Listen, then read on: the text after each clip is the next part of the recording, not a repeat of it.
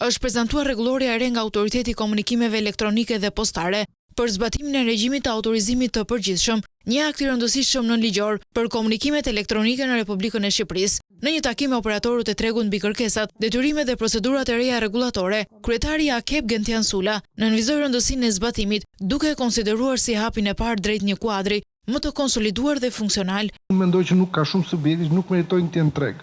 Mënyrën si ofrojnë shërbime, si ofrojnë te konsumatori, si bëjnë shtrirjen e gjithë infrastrukturës.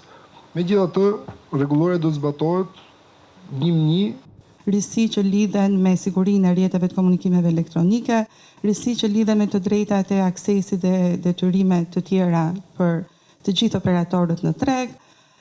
Kemi risi lidhur me infrastrukturën e rrjeteve të komunikimeve elektronike dhe plot risi të tjera, të cilat duheshin patjetër të reflektoheshin në këtë akt rregullator për të bërë të zbatueshme nga operatorët e tregut. Rregulloria e re sipas kryetarit Sula do të jetë një hap mbështetës dhe në inspektimet më eficiente, duke forcuar konkurrencën dhe garantuar ofrimin e shërbimeve cilësore.